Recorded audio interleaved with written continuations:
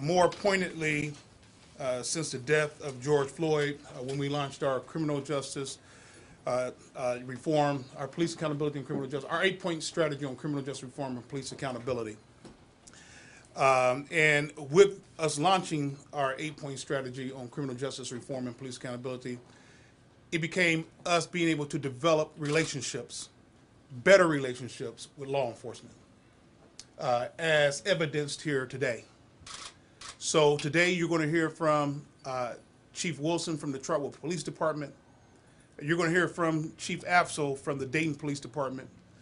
You're going to hear from Sheriff Rob Streck from the Montgomery County Sheriff's Department. You're going to hear from Mayor Jeff Mims, the mayor of the city of Dayton. And I want to say openly and publicly that it was a misstep on my part in reference to not having the mayor of Trotwood here, because I really wanted her to be here today. That was a misstep on me, and I take responsibility for that. But what we want to talk about today is the reduction of gun violence, 2023 and beyond. 2022, as we know, is almost coming to an end. I believe that Sunday is the last day, and January 1, 2023 will settle in next Monday. I'm going to go over some statistics. And this is just raw data as it relates to homicides throughout our region and arrests throughout our region. First, I'm going to start with the city of Dayton. In January 2022, we had 4 individuals, 4 African Americans that were victims of homicide, with 6 African Americans that were arrested for homicide. In the month of February, we had 1 African American that was victim of homicide and 2 African Americans that were arrested for homicides.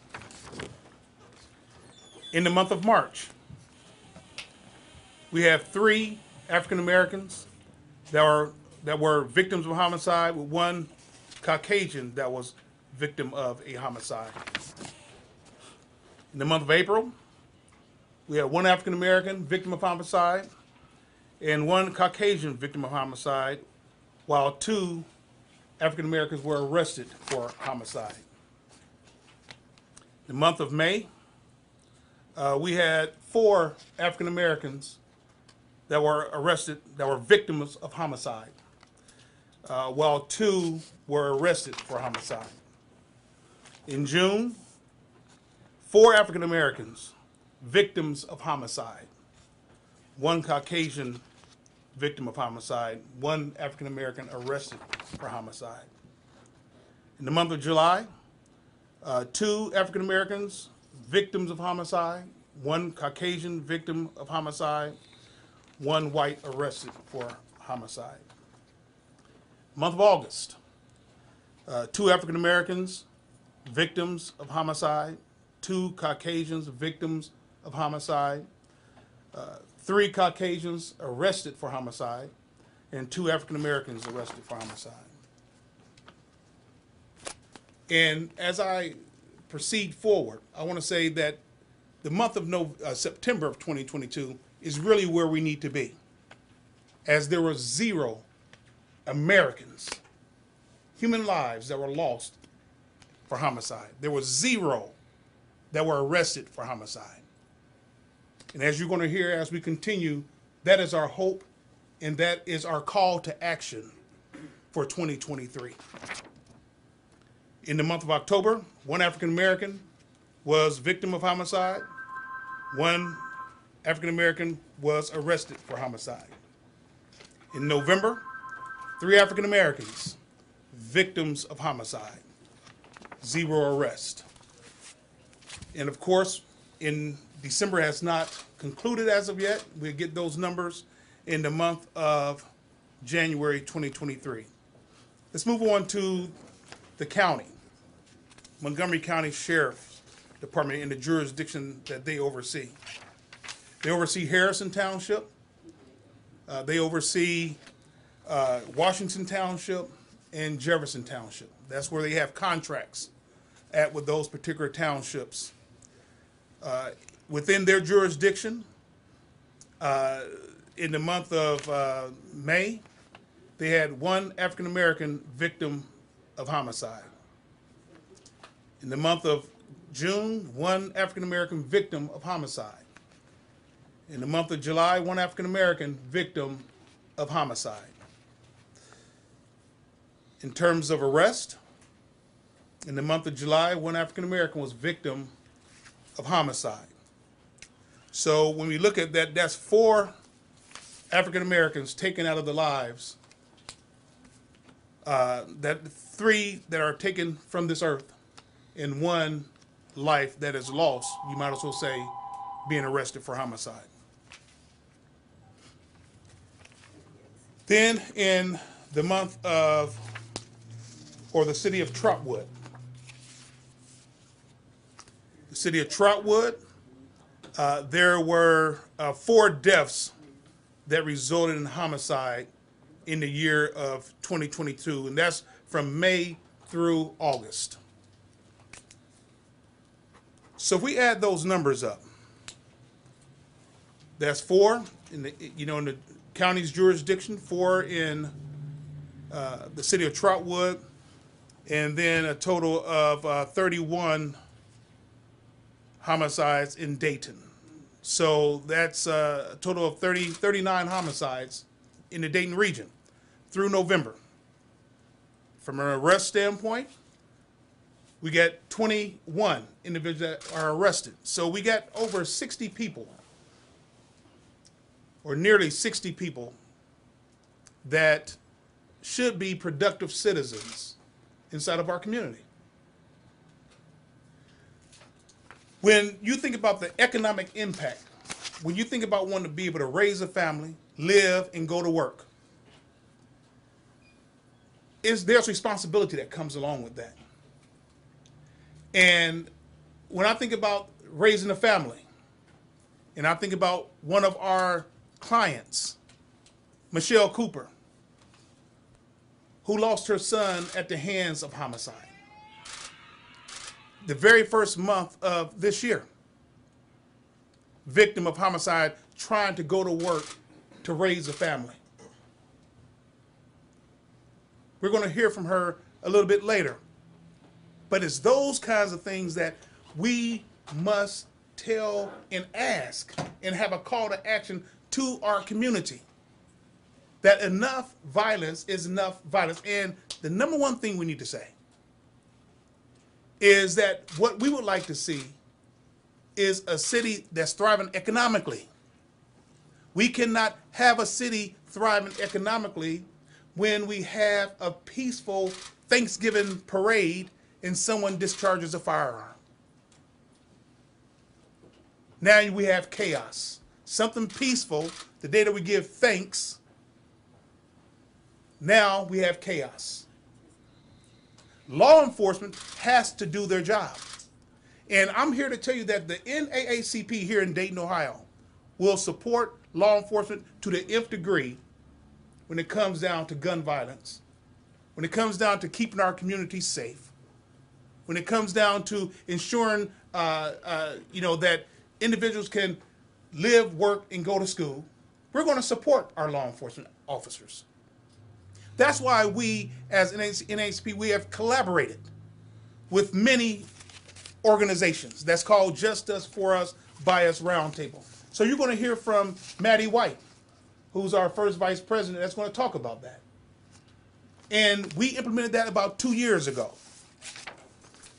But I want to share with you, and then I want to turn it over to the mayor, Mayor Mims, to kind of talk about the economic impact and some of the things that he has seen, the desires that he wants out of our citizens for under his leadership. But here are some youth and young adult programs that we are encouraging our youth and young adult to get involved with. The Dayton NAACP, we have 4 youth programs. Our Little John Junior Youth Council, that's kids ages 1 through 13. Dayton Youth Council, youth ages 14 up to 25 if they're still in college. Thurgood Marshall High School, there's a chapter up there, a unit up there at our high school. And if anybody recalls, there was a lot of violence that took place on the first day of school at Thurgood Marshall, which is why we put a chapter up there at Thurgood Marshall. We want to give them something positive to lean on. We also have our Central State University NAACP College chapter, because we want to make certain that even our college students have an opportunity to get involved in something positive. Dayton Urban Young Life. You know, that's an organization that's that's broad. It's made up of a lot of youth that participated. The City of Dayton Parks and Recreation, Dayton Metro Library, Black Brothers and Black Sisters Involvement, Montgomery County Male Female Leadership Academies, Dayton Public Schools Males and Females of Color, Knowledge Cipher, the Victory Project, churches and faith-based activities that goes on inside of each one of our churches is throughout our community. Sororities and fraternities dealing with our young adults.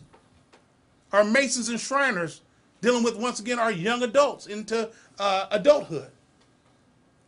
So we cannot make excuses and say there's nothing for them to do. Can we enhance it? Yes, we can enhance it. The City of Dayton just approved over $1 million to be able to go towards youth development. So yes, we can make some enhancements. But Mayor, can you just share from your perspective, the leader of our city, you know, some of the concerns that you have and the direction that you want to take our city?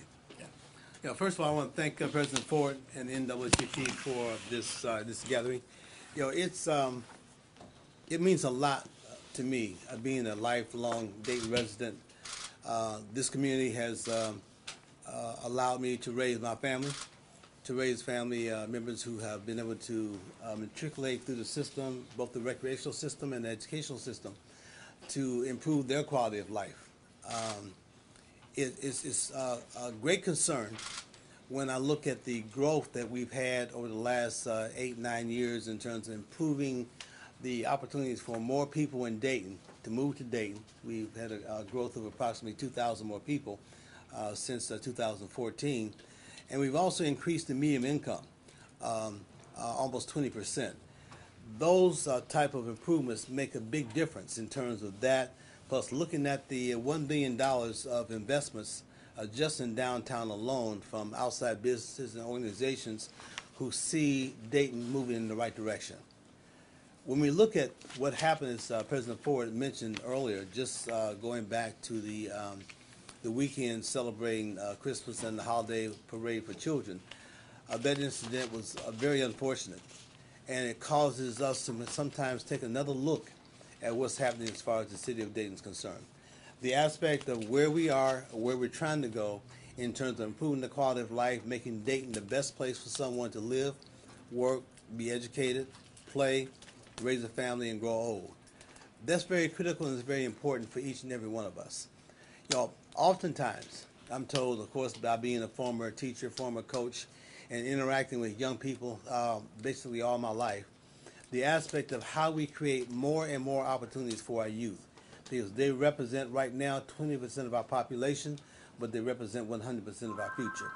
So it's not all the time the absence of activities, it's how we steer and move more and more of our young people in some of these positions that were mentioned by our President Forward.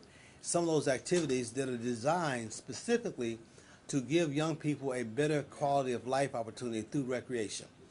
And sometimes people look at recreation just as something to play with, or just some leisure time that has no connection to as far as life and work skills are concerned. I would say to you that is exactly the opposite, because if you're coming to school every day, if you're involved in a variety of activities every day, whether it's football, basketball, track, cheerleading, debate team, yearbook staff, science club, all those activities give you a different set of advisors, a different set of coaches, a different set of instructions and rules that you have to follow. When you get in the pattern of following those rules, you're in a better position to respond to authority and to adult figures who are saying to you, Freddie, Johnny, Jeffrey, um, whoever it may be, you're doing the wrong thing. I need you to step away from here. I need you to stop and think about this next move that you're making. When we have most of those organizations, those individual groups that are also teaching conflict resolution skills to young people, something that even a lot of us adults need. When we look at those at the adults at the federal level, they need it as well. So it's not just something that's isolated just with young people and just those people here who are here in the city of Dayton. You know, all those type of skills help move us in the right direction. You know, it was mentioned about the George Floyd situation. The city of Dayton made a very strategic move shortly after the death of George Floyd. As opposed to just sitting back, letting this all play out, letting something happen in Dayton that may have happened in some other cities across the nation, we decided to be proactive.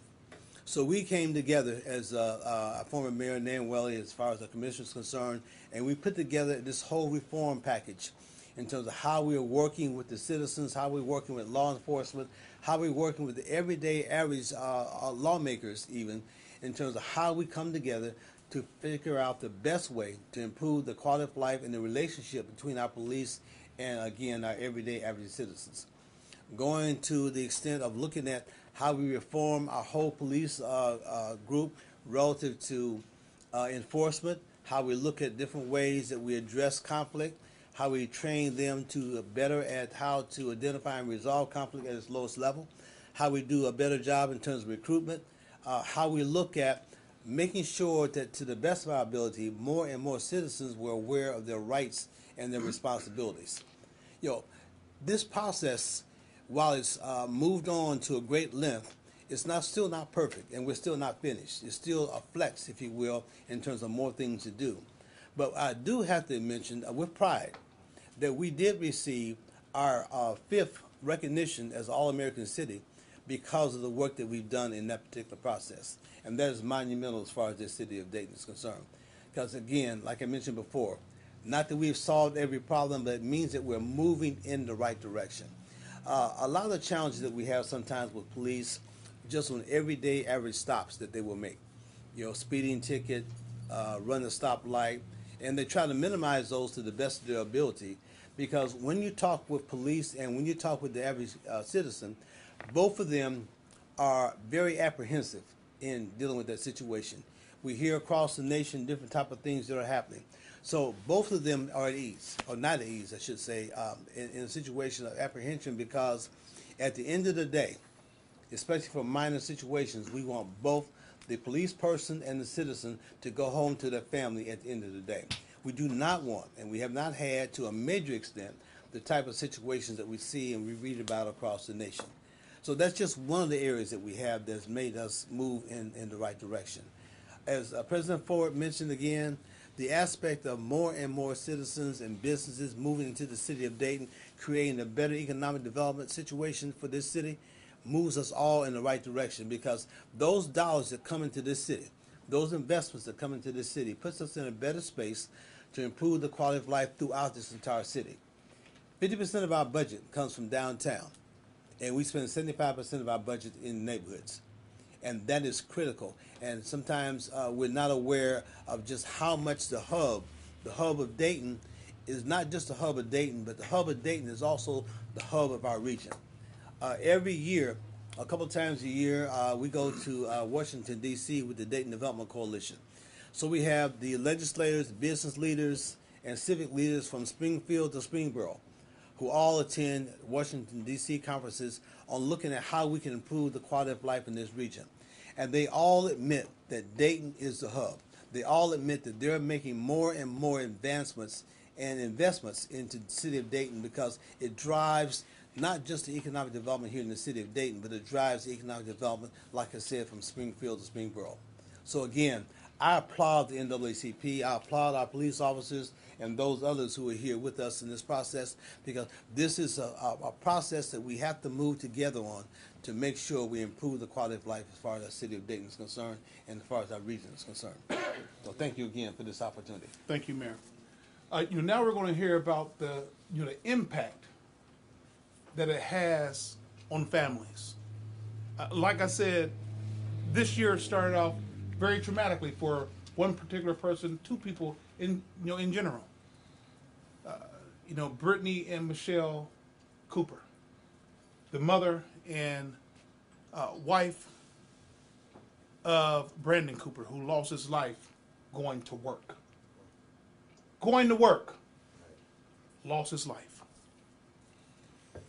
So I want to hear from Michelle Cooper, who's dealing with this. Every day she's dealing with this situation. And I want her to tell us about the impact that this has on families, a mother losing her only son. Michelle. Okay.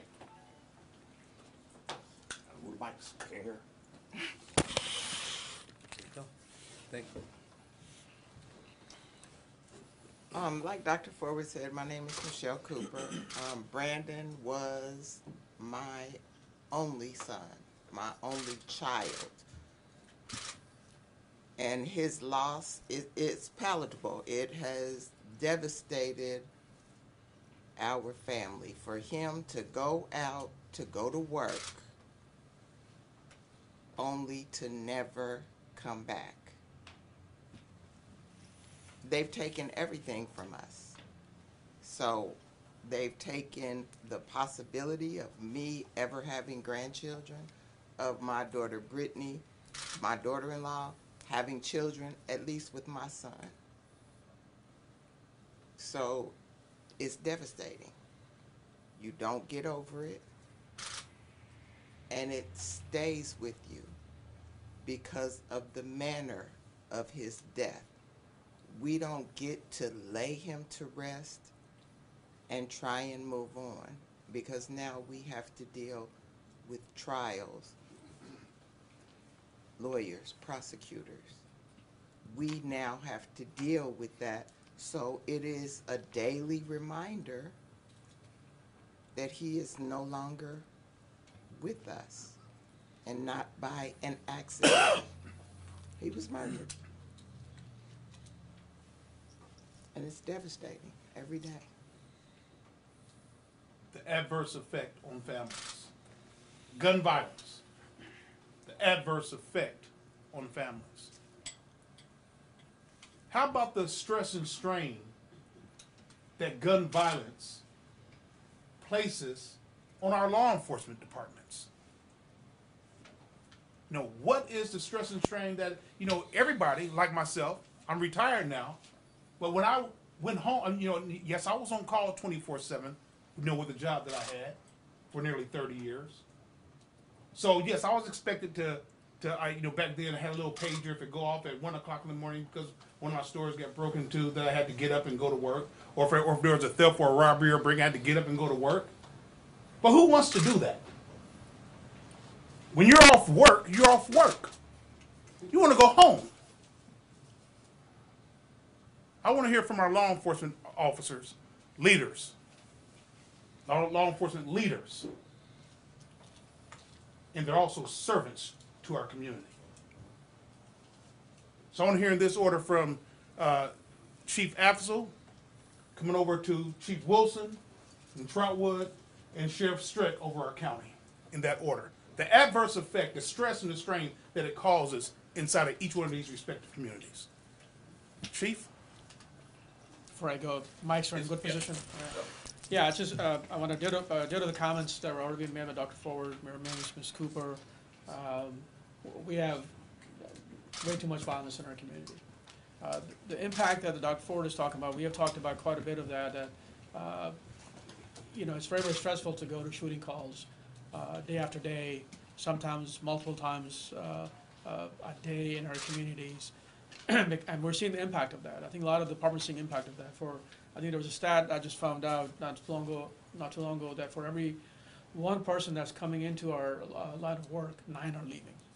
So what you're seeing now is that officers are trying to go to departments that has a lot less frequency of violence. And Dayton has seen that quite a bit. We've lost 39, I believe, in 20 this year. We're projected to probably lose somewhere in the same neighborhood. I think our saving grace is that some of these other places might not have as many people as we do, so that might not be as many openings, because it is stressful. Going to one shooting call where your adrenaline is all the way up, because there is when you hear a shots fired call, whether it turns out into a tragedy or not, your adrenaline goes up. And when you hear that multiple times, that is stressful. I don't think our human bodies really are designed for that. And so you see the impact of that in law enforcement. We have seen the impact of in the law enforcement, for many years. I mean, we lose, I think, almost twice as many people to suicides than we lose to line of duty deaths. And that's been a long-standing stats. So for our community, for this area, for the city of Dayton, we definitely see the stresses of the fact that, something like Ms. Cooper has what she's going through. We can't, the impact of losing a loved one is devastating, especially to lose a child. But I will tell you that in being in this profession for about 30+ years, the impact of dealing with stressful calls is also pretty high up there, because nobody's calling us for barbecues, right? So to come up and say, well, we're having a birthday party, so come down. Usually it's your child is hurt, you're hurt, somebody's harmed you, and we're going up there. So the job is about confronting people who do evil things, right? And when you do that again and again and again, it becomes very stressful. So part of the focus here for us is to kind of bring attention to this, because these are our children, our loved ones, who are committing harm to each other. I mean, there's a terrible stat that we were asked for our numbers for the last 10 years, and 82% of our victims, I believe, were African Americans in the city of Dayton. That's a terrible number to have. As Dr. Forward said, one death is one too many, right? I mean, the goal always is going to be 0, right? That's the goal. It's not 20% reduction, 10% reduction, it's 100% reduction. But for that, we need all of us in this community to say, my loved one or my child is not going to do this, or if they are, we're going to bring attention to that and not stay quiet, because we have too many homicides where we don't get anything. We had a couple of shootings downtown. One of the shootings we recently had, we got 3 years on the individual who was just turned adult, but we didn't get a single person to come forward. We did that on our own. Because of a lot of the help from the video cameras that we had, we were able to make that case. That's a terrible thing to have, where even the person who was shot would not come forward, and they survived. It did not end tragically. So part of that is in our hand. I think we need our silent majority, who are overwhelmingly good people in this community, to say, no more. It's not going to happen in front of my house or from somebody that I know, and they're going to help them either have them stop committing harm, or at least when they commit harm, to come forward to us to say, hey, this is who has committed harm. Because if you don't say anything, that individual is going to get emboldened, and we've seen that in our community, and they'll continue to do harm. We've talked about 31 homicides. We haven't talked about hundreds of shootings that we deal with. Exactly. Houses are shot, people are shot. They're non-fatal. I mean, I can't tell you the number of times that we go to a call where somebody's shot, and the very person who's been harmed refuses to tell us who did what.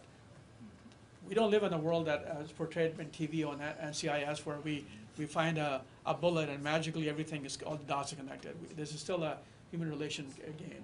It's still a human game where we need information to help you help us. Because it is about helping a mom. It's helping a brother or sister.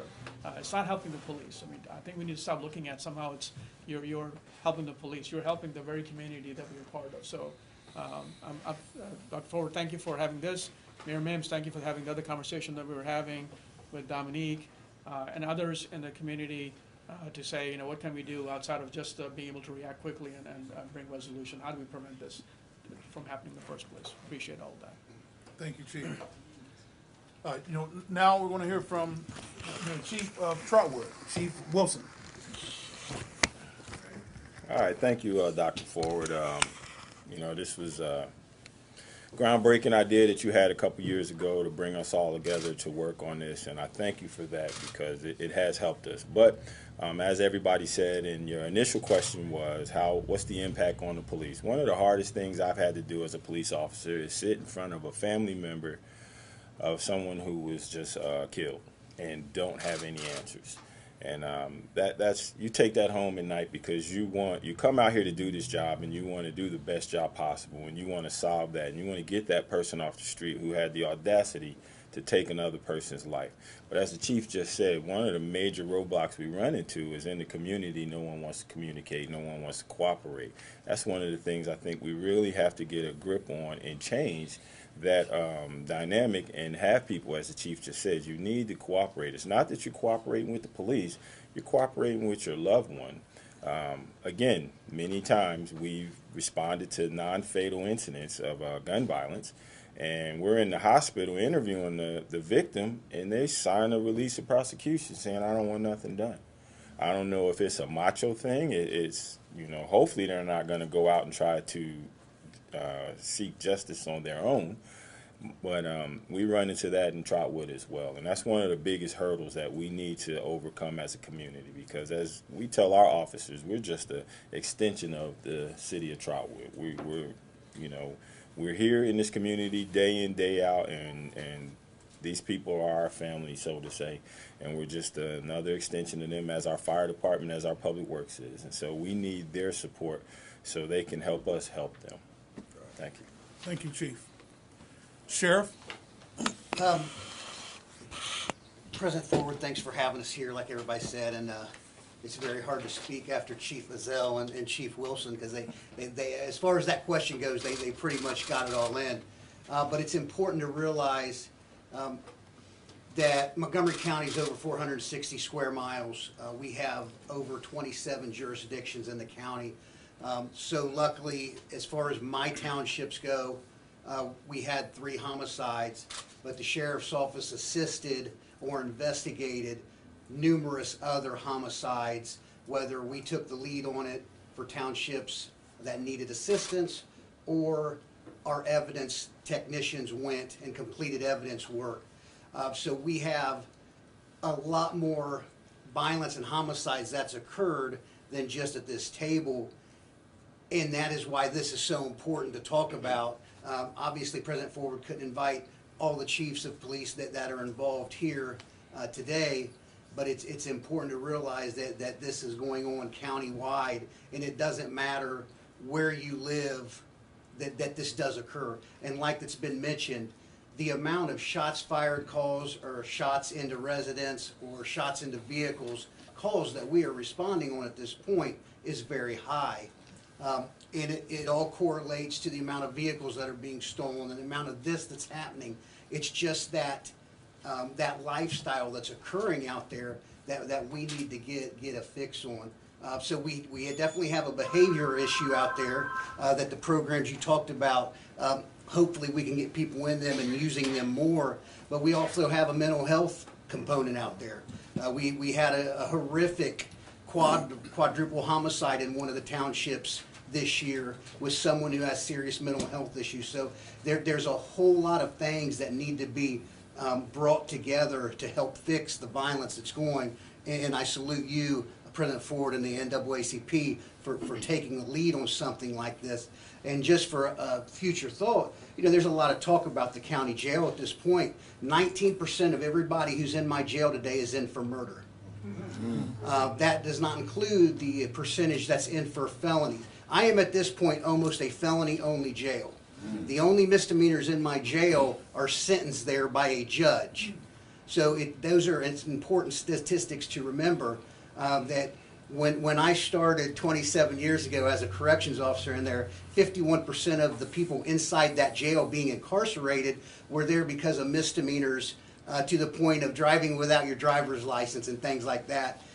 To fast forward to 2022, to where we pretty much only accept violent criminals with serious mental health issues, substance abuse issues, or behavioral issues. So there's a lot that we can do, and we'll be there to assist with whatever. So once again, thanks for having us. And as you see, there's a lot of passion that's around this table from wall to wall, because our lives are babies. Their lives are being taken away, either through death, through incarceration, or other means. But now I want my first vice president and community coordination chair to kind of talk about what we're doing about it. I have a question. Yes. I saw on the internet Dayton, and I don't know who can answer this, Dayton is the 4th most dangerous city out of 10 in Ohio. Springfield is like the 7th most dangerous city. We just had on the news the other day a juvenile with a gun robbing a store, jumping over the counter. How do you combat that? Well, one thing we're going to do first is I'm going to allow my first vice president, who serves as our community coordination chair, to talk about the community organizations that she has corralled, which you see many of them labeled behind here, and that she's working with very diligently, week in, week out, month in, month out, and has been going on for 2 years. Maddie White, can you talk to us about our initiative, our Just Us For Us By Us initiative that we launched over 2 years ago?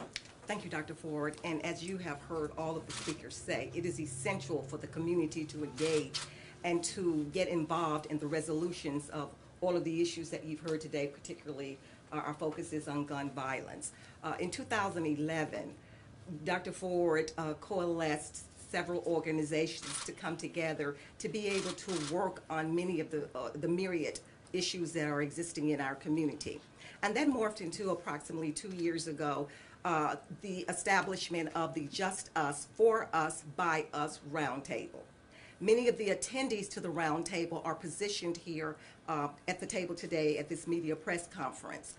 The Just Us For Us Roundtable came together because the overarching goal is to increase the peace, stop gun violence, and to ensure or work and strategize toward having quality living in our community.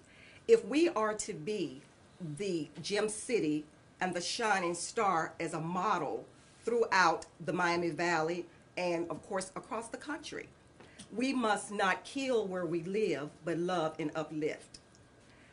The roundtable has engaged in activities such as conducting neighborhood walks. And in those neighborhood walks, or on those neighborhood walks, I should say, we've heard from citizens, we've heard from residents. What are your concerns? The concerns are, as you have heard, we need youth development activities. We need to have issues such as speeding addressed, which causes fatalities, particularly in certain segments of our community. And I'm just going to say 35, West Dayton, according to the Ohio State Trooper, there is a predominance of traffic fatalities in those areas. So the roundtable is coming together to address issues such as gun violence, but also to strategize to realize resolutions to some systemic issues that are resulting in violence, gun violence and all violence. We want to say that on our neighborhood walks, we have addressed matters such as the 411 with the police, encouraging people to interact with law enforcement in a positive way. You have heard our law enforcement around the table say they work, or their primary operation is to promote safety for the officers as well as for us, the citizens.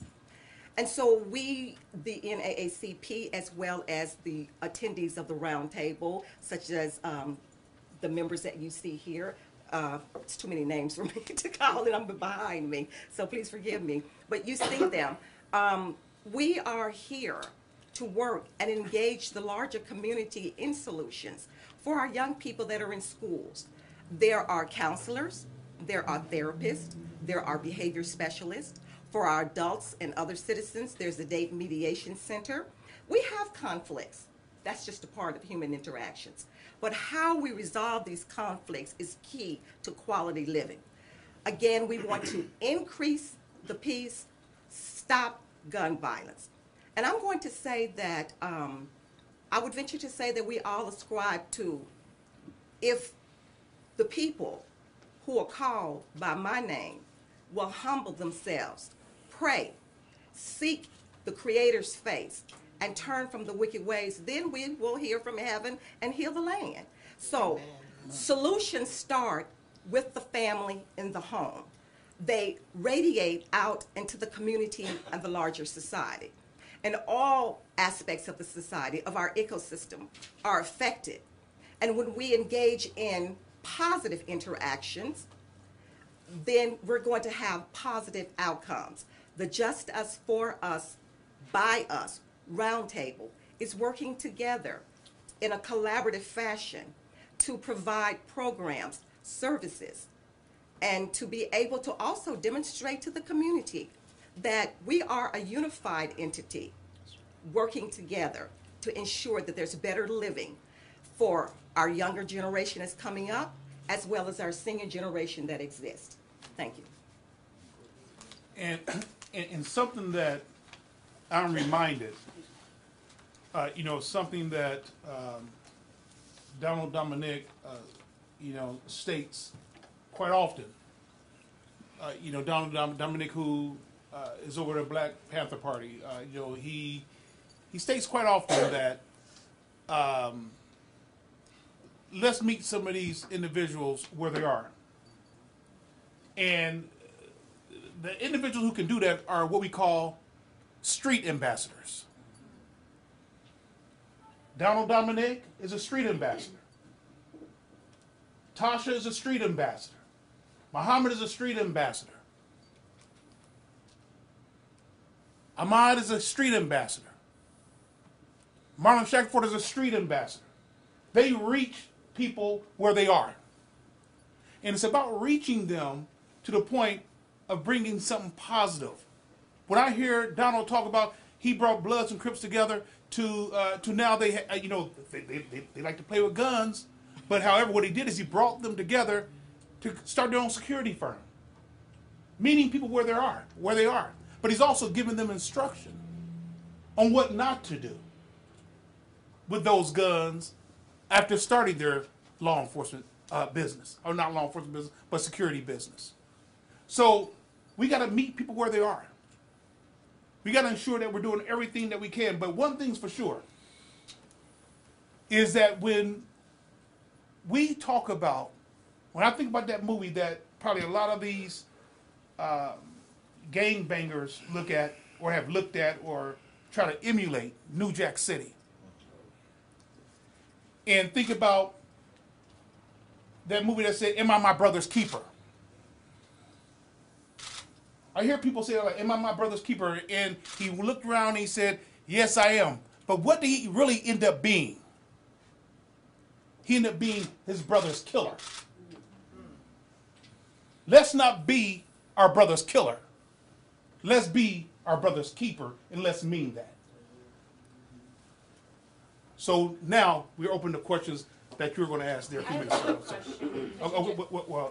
Well, he had a question first, then we'll come to you. Whoever wants to answer it. No, restate your question. Dayton is the 4th most dangerous city out of 10 in Ohio. Springfield's the 7th. We have more youth gun violence. These kids ain't going to the Dick's registering guns. Most of the criminals that these men arrest, they're not registering guns. They're getting them on the street. How do we combat the gun violence and the teen gun violence in the city of Dayton? Well, let me start first of all by saying, those stats.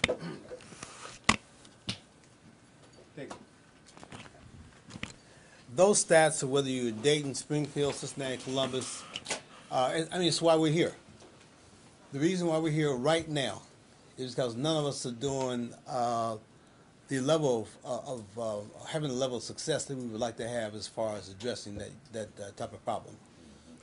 If we thought everything was perfect, we wouldn't be here. We can all be sitting around getting fatter, eating turkey and dressing and the whole deal. But we're here because we have a group of concerned citizens, as far as this city is concerned, that know that there's a problem. And when we look at stats, it's easy to look at stats and say, oh, you're a bad person because the stats says this or says that. There are a lot of times ways that stats are being done, how they recognize and how they count multiple issues as 1 in some places, how they count multiple issues as 10 in some places. So again, the issue is not so much in terms of ranking in those areas as much as it is the fact that we're still having challenges doing the things that we need to do to keep more and more people safe, to put more and more people in a situation where they can have the productive life, where they can themselves contribute to the quality of life as far as themselves and their family is concerned. We're looking for more and more resources on a consistent basis to support every one of those activities. And I don't have that list in front of me, but not Commissioner Ford, but President Forward. That's all right. I'm so used to talking to my commissioners all the time. President Forward talked about all these activities with young people. I know I helped start the program with the Men of Color and with DPS under President Obama's initiative approximately 8 years ago. It's not reached its full potential yet. There are things that we want to do in that program that we've not been able to do, but I think sometime in the future we will be able to do that, because it's important that we take a group, for example, of African American males across this nation who have purposely been disenfranchised, and so they are the bulk of those individuals who are in prison. They're the bulk of those individuals who are victimized. They're the bulk of those individuals who are sometimes causing violence to happen in our respective communities. So when we talk about them as far as being on the spectrum of quality of life opportunities, again, they are last in terms of those categories. And so when we look at how we move the needle in terms of how we address those situations, those concerns, we're looking more and more. The chief and I were talking earlier this morning about how we get more grant dollars from the federal government, from the state government, in terms of putting things in place to go back to, in some cases, where we had policemen playing with young people in a constructive way, going to the schools, have McGruff, the dog, helping young people interact with them to see a positive and to build a positive relationship between police and between those young people. I did a mentoring program with young kids at the E.J. Brown School about 3-4 years ago, 7th and 8th graders, where we had policemen come in at lunchtime once a week, for about 4, 5, 6 weeks, and we did surveys in terms of their attitude about police, their attitudes about their community, and we saw a growth in terms of the positiveness of their reaction to police, with police, for police, and about police, just in about an 8-week program, because of their relationship and interacting with those young people or working with those policemen. Now, that's just one program. There's more that we can do if we have more resources and more dollars in some of those spaces, and to have more community members involved as well. I've had fraternities who adopt the schools to do things with men of color. More of those kinds of things are needed as well. So it's a whole community effort that's needed to move us in the right direction. We used to have Boy Scouts, Girl Scouts who are more involved. We used to have more programs in churches who are more involved.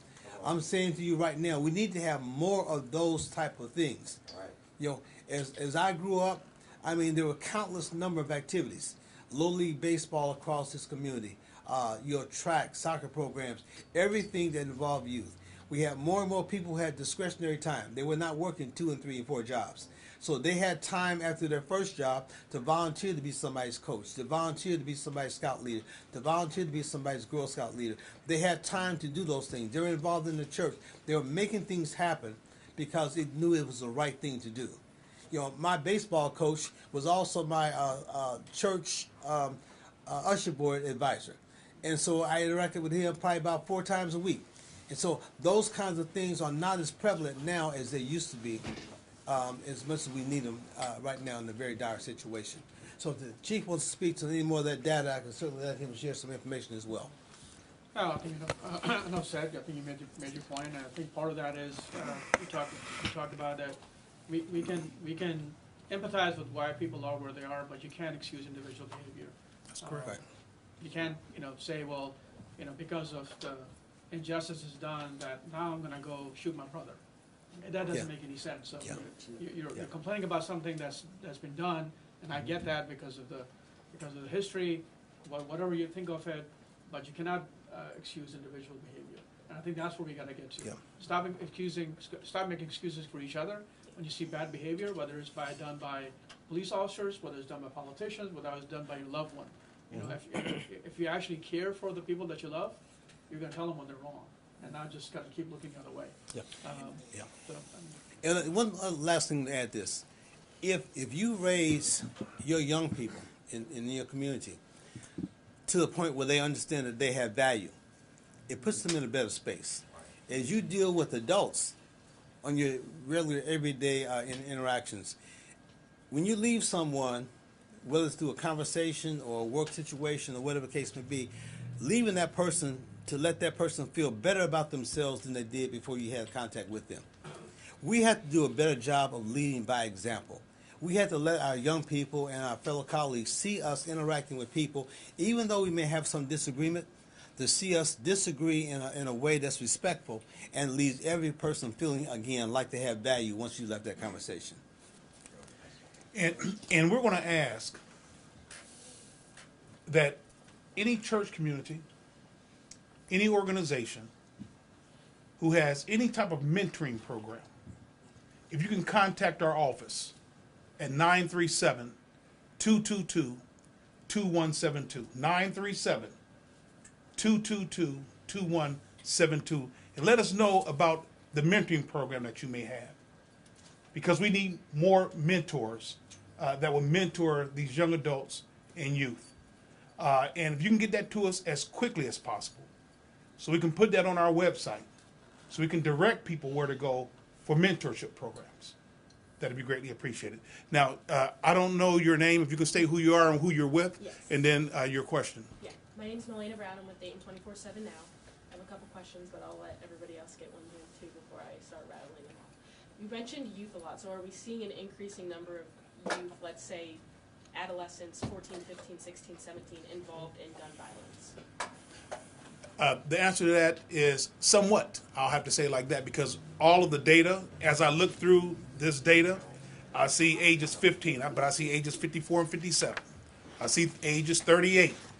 I see ages 47, 24, 35. So it's a spectrum of ages. So it's not only youth, and that's why I said youth and young adults and adults. You know, but we need to make certain that a lot of the youth that are especially in our downtown, our hub, you know, any place that's downtown where basically your economic growth is, and it comes out, that we want to make certain that we maintain the integrity of shopping, the integrity of being able to go to work, the integrity of being able to shop and eat downtown, so that the economic hub that's down there does not start to feel like they're not being, that they're not important, that they don't feel safe going to work. We want people to continually invest, investors to come in and invest inside of our community. That's what we need. And that's why we need to drive this, because when we as NAACP, we advocate for education, we advocate for economic development, we advocate for political representation, we advocate for health care, we advocate for youth and young adult programs, we advocate for all these things. But it makes our job hard as civil rights activists. It makes our job hard to come to these guys and say, hey, law enforcement officer, why don't you stop doing this to our youth or our young adults? Hey, city commissioner, hey, mayor, why don't you, build in West Dayton? But the fact is, as a businessman myself, I understand economics. I understand that business want to be able to come in to a safe environment to build. I understand that. But as an activist, I still got to lean on these guys. I still got to push. But it makes our job awfully hard to do so. And so you all mentioned a lot of youth programs, which I think would be incredibly impactful, especially if children are going to them. I think there also is a systematic issue at a state level. Does the NAACP have any plans of potentially at the state or federal level trying to change legislation? Okay, well, I don't want to step out of my lane, but I do serve. I am a state official of the NAACP, but our state president is with us. So I know our state president wants to launch a campaign in March of next year. If he can come over and kind of talk about that campaign for next year. You asked about the state level. Ask a question, just answer a question with reply. He wants to do it later with you? Yeah, that's Okay. fine, yeah, totally. All right, okay. One other question, you mentioned media in New Jack City. Recently, there was a lot of media behind Meg Thee Stallion and Tory Lanez and a lot of black outlets accusing her of lying, and we know that a lot of young black children are consuming this media. Do you have any comment about the way black media is treating black women in these violent situations? Well, at this present time, I need to get more information about it. Thank you. What did they actually do? Yeah, yeah. What There's- actually happened? There's just a lot of misinformation on specifically, I think, Shade Room, different Twitter accounts that push towards a black audience saying that she was a liar and she should go to jail for what she did and Tori's innocent, and there was no evidence that was released. What she And do? What they say? She was shot. I think at this By point in him. time, because it is a legal matter that's presently being adjudicated, if you will, and because it is a social media topic, and we know that perspectives and opinions vary with that. So we're not going to take a position on whether Megan Thee Stallion was correct or whether there was veracity in her Not a perspective. statement on that, but more just how the media addresses black women, because this isn't the only instance where the media has accused black women of lying and then the violence gets worse. Well, not just with that particular situation, but the media certainly does have some responsibility to eliminate biasness and not embed racism in their reporting. So I'll leave it at that. One question. For our leaders in law enforcement, and not only the leaders in law enforcement, if I may, for the NAACP as well, as media partners for all the different departments, not excluding anybody, especially people who aren't here, is there anything, in your opinion, the media can do to help get the word out, to help show our support for not only what you do, but for what our community means to us as well? Well, I can tell you one thing that you all have already done, and I applaud you on this. Probably about 10 years ago, I asked the editorial board of our newspaper to, what you used to see when you pick up the Dayton Daily is the front page, anything negative in terms of gun violence. I had a meeting with our media outlets, more specifically Dayton Daily News, and I asked that they put that in the back of the paper. Over time, they did just that. You don't really see it too much more on the front page of the newspaper in terms of violence. I had a conversation. This is where relationship building comes in at. You got to be able to build those relationships so people understand where you're coming from. If we're trying to grow our city, don't put some on the front page. It still needs to be reported, right? If something happened inside of our community, it needs to be reported. It needs to be reported, but it does not have to be front and center on the front page. And I applaud Cox Media Group for doing just that. If you look in the newspapers now, you will see that majority of those things is towards the back of the newspaper. So I applaud you all for doing that. And then in terms of what you're doing here today, you came out to cover this oh so important topic as we're ending the year of 2023. You took time out of your day, your day, your day, other gentleman who's right here, your day to cover this important topic. As we close out 2022, leading into 2023. We're serious when we say we need to have zero tolerance for gun violence. We need to, as you said, increase the peace, or increase the, I forget exactly how she said that a few minutes ago. But at the end of the day, one death is too many. 59 or 39 people lost their lives in the Dayton region. One death is too many. You add 20 onto that of people who have been arrested for those 39 homicides. Now that's basically right at 60 people who are taking their lives of their families. While some people might say, well, Chicago number looks like this, or LA, we're not Chicago, we're not LA. We are concerned about what's happening right here in the Dayton region. How to make our community safe, livable, workable. Children can be, I want to be able to walk my dog around my neighborhood. As you see, the city is making bike lanes. People need to feel safe, riding their bicycles inside the bike lanes and not knowing that somebody's going to come in and do a 360 donut and kill them. So these are what, this is what I'm talking about. This is about community and police together. When we talk about community and police together, this is community and police together. We're working together to try to solve a problem. And the problem is, there's too many homicides here in our region. Our law enforcement officers are spending too much time going after so many different violent crimes, not just homicides, as you heard from the chief. You know, a lot of other different violent crimes that they're, you know, their detectives got to get out of their bed 9 o'clock, 1 o'clock in the morning, 4 o'clock in the morning. You know, why? Why? When you go to work, you want to come home from work, you want to go to sleep, and you want to get some rest, and you want to go back and do it again. And you want to be able to raise your family in a safe environment. Law enforcement, we respect you for what you do every day, day in, day out.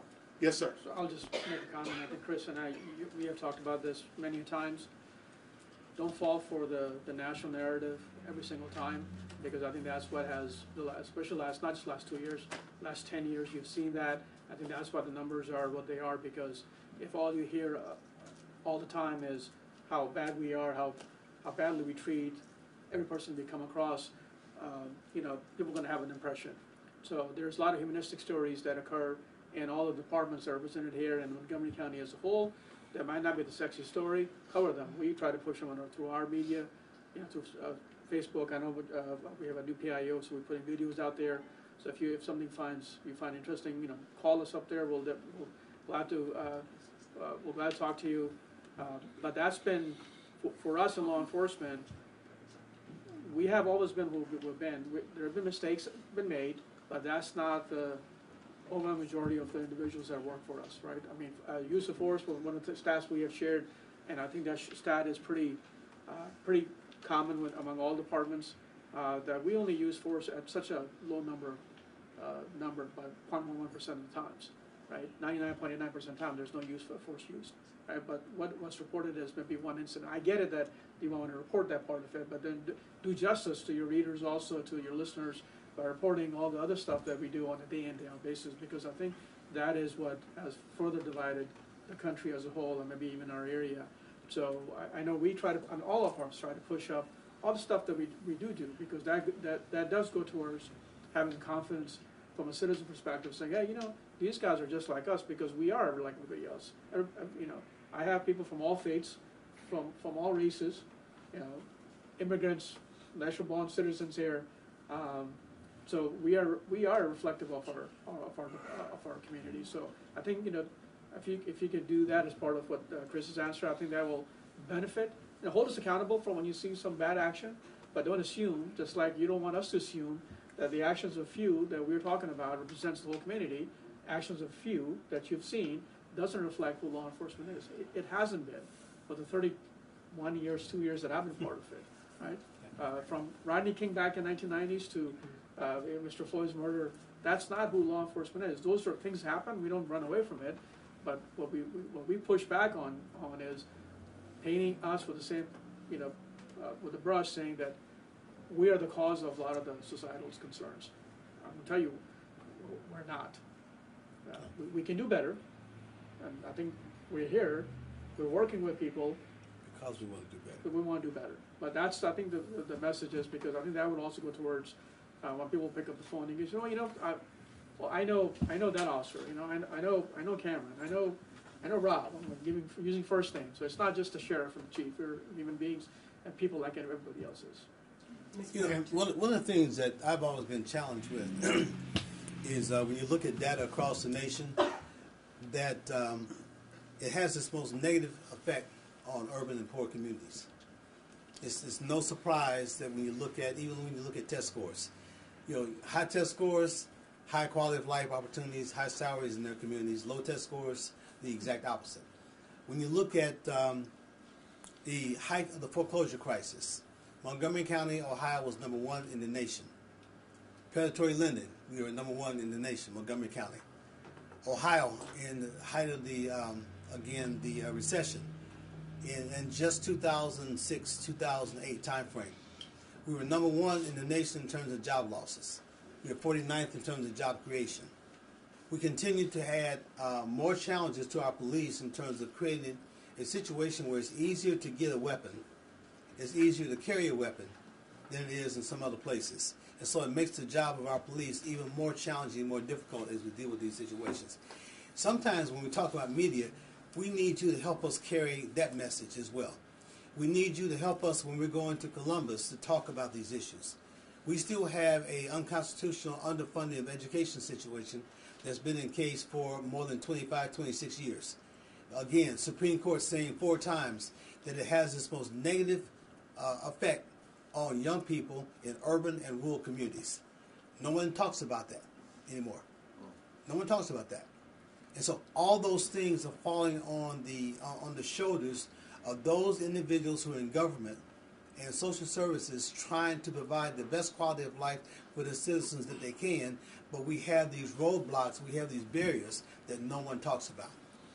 So the fact is that we're almost amazed that we've been able to move and sustain some quality of life moving in the right direction with those backdrops that we're currently experiencing. Well, Maddie wants to address that as well. I was just going to say, with regards to the biasness that's in media, certainly media is very impactful in that it can establish and affect mindsets. And those mindsets can become a part of people's decision. Who we vote for, what issues that we feel are prominent, the decisions that business people make, and etc. And so when media provides a balance in its reporting, it can positively impact the health of the readers and those that are recipients of the information. And informed and accurately informed citizenship is going to promote democracy. And overall, that's what we want, is a democratic process that allows equal access to resources and quality living, so that everyone has the same opportunity, the level playing field for the pursuit of life, liberty, and happiness. Does media have a responsibility? Certainly media has a responsibility. And historically, it has been noted via research that media has been infused with racism, which sometimes, and biasness, which sometimes affects what is happening in the community with regards to how that community is being informed. So I just wanted to address what media can do, and also to Ms. Brown's point that, certainly that there are situations, and perhaps maybe at another time with the group, you can go in depth with an interview that will address the issues of social media and its impact on young people. Yes, ma'am. So I just have one question. Of the 39 homicides and the 21 arrests, how many of those homicides were juveniles, and how many of those arrests were juveniles? If you could break those numbers down. Well, I could break them down, but it's going to take a little bit of time. We can get you the information from you. Yeah. Just because a lot is focused on youth going to 2023, as you mentioned, that right. if we had, 10 of the 39 were juveniles, okay, so that'd be great for us. To answer your question, from Trotwood, all the bars were adults. And all, you meaning homicide and arrest, both were all adults? Yes. Well, I know at least 2 that come to mind that were infants that were ruled homicides, right? Or is it 2? It was 2? Yeah. We don't exactly. like about 10 of them. 10 of the 39? Yes. That was 18 or below. Okay. Thank you. Okay. Sorry, I lied. One more question. In general, juvenile violence, do you have a percentage of when you're going to respond to scenes? That it might be 60% juvenile related shootings, or if it's increased Yes. last So year? so that's in part of our ongoing strategy with law enforcement community. As you heard earlier, there's other conversations, there's other meetings that are happening, and as these other meetings are happening, that's part of the strategy going into 2023 for us to talk about how we're going to respond, when a actual shooting actually occurs. So that's part of the strategy that we're going to be talking about. We are not there yet. Yes, ma'am. It kind of goes off that. Looking into 2023, what new strategies do you plan to employ, or will it be a focus more on continuing old efforts through the years and kind of building on those? Well, it's going to be more so continuing to work with other community-based organizations that I mentioned before, in terms of the organizations that actually have boots on the ground inside of the communities. So it's going to be more tailored towards that, and also the implementation of a strategy once we're kind of already talking about some things that we're yet ready to discuss at the present time. Yes. Okay, my name is Kajasia Hawkins. I'm from Dayton. I went to DECA. I went to Wilberforce, so I'm very familiar with the city and the things that kind of happen here in Dayton. And I am a reporter for Channel 2. I just wanted to know, what can the average person do to support an initiative like this? We talk about organizations and what they can do, and I see different places coming and trying to support things like this, but what can the average person do to support you guys and support the end of gun violence? I would say to get it. Go I'm ahead. gonna say, when you see something, you can't just stay quiet. I can't assume that somebody else is calling, right? If you see something, if you're a productive citizen, you gotta do something. It's the old adage, see something, say something. It sounds simple, but sometimes it is as simple as that. You cannot be okay with what occurs in your neighborhood. You can call us, all of us, and all the phone calls go in one place. You can say, I want to report it anonymously. And you can do that. It at least gives us a leg up, so we can go ahead and know that something is going on. So then we can do our part of it. We talked about a case that we saw without even the victim's help, because of some other techniques that are available. That takes longer. If you actually want to, be a witness, it will help us. So, but I think the simplest is, you can't be okay with that, and you got to just speak up, right? That's at the simplest core. I don't know how much more. So can I say something? What we're trying to do with this committee is create a spirit in the community, right? We're ordinary people, right? Or promote this message. You talked about social media, right? What you can do is promote peace on your social media account. More people view social media than any of these news stations, right? And so if we create a spirit amongst people, amongst everybody, that we want peace in the neighborhood, we want less gun violence, okay? We're changing the whole dynamic in the city of Dayton. That's what we're trying to do.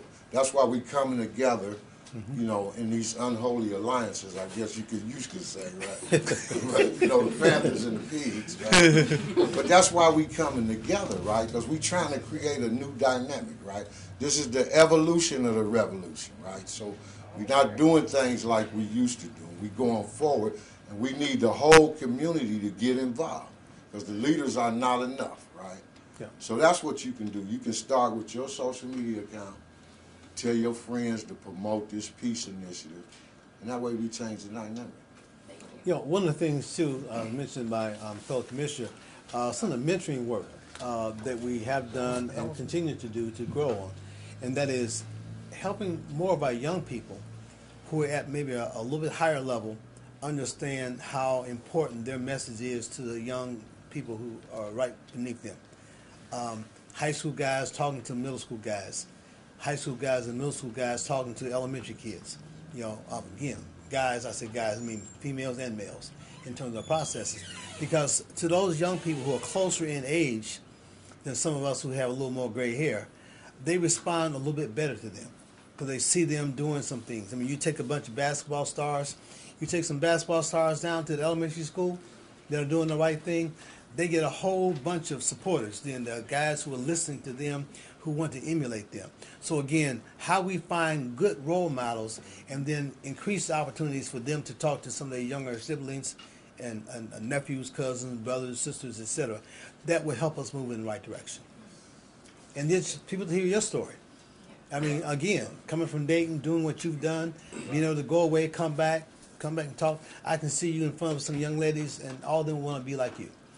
And that'd be a major thing for us. And may I add that community opportunities such as there is a citywide Kwanzaa event that's taking place at New Hope Church. It's going to be all of this week at 6 p.m. It is a community coming together where concepts about unity, self-determination, and working together is being promoted.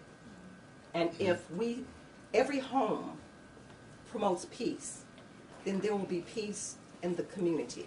There will be peace in the churches.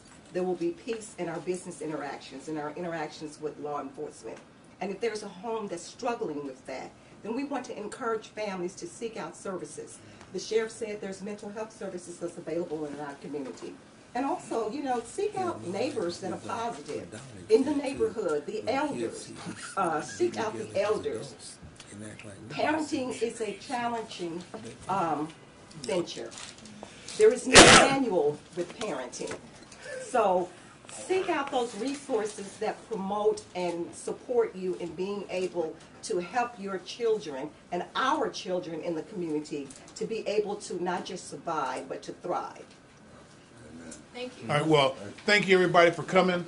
Certainly appreciate that. And if we can ask that Abdul lead us out in a closing word of prayer in less than 30 seconds. Let's all pray, please. In the name of the Lord, the gracious, the merciful, all praise belongs to the one God, the gracious, the merciful Master, the day of judgment. Thee alone do we worship, and thee alone do we implore for help. Guide us in the straight path, the path of those on whom thou hast bestowed thy blessings, those who have not incurred thy displeasure, and those who have not gone astray. Amen.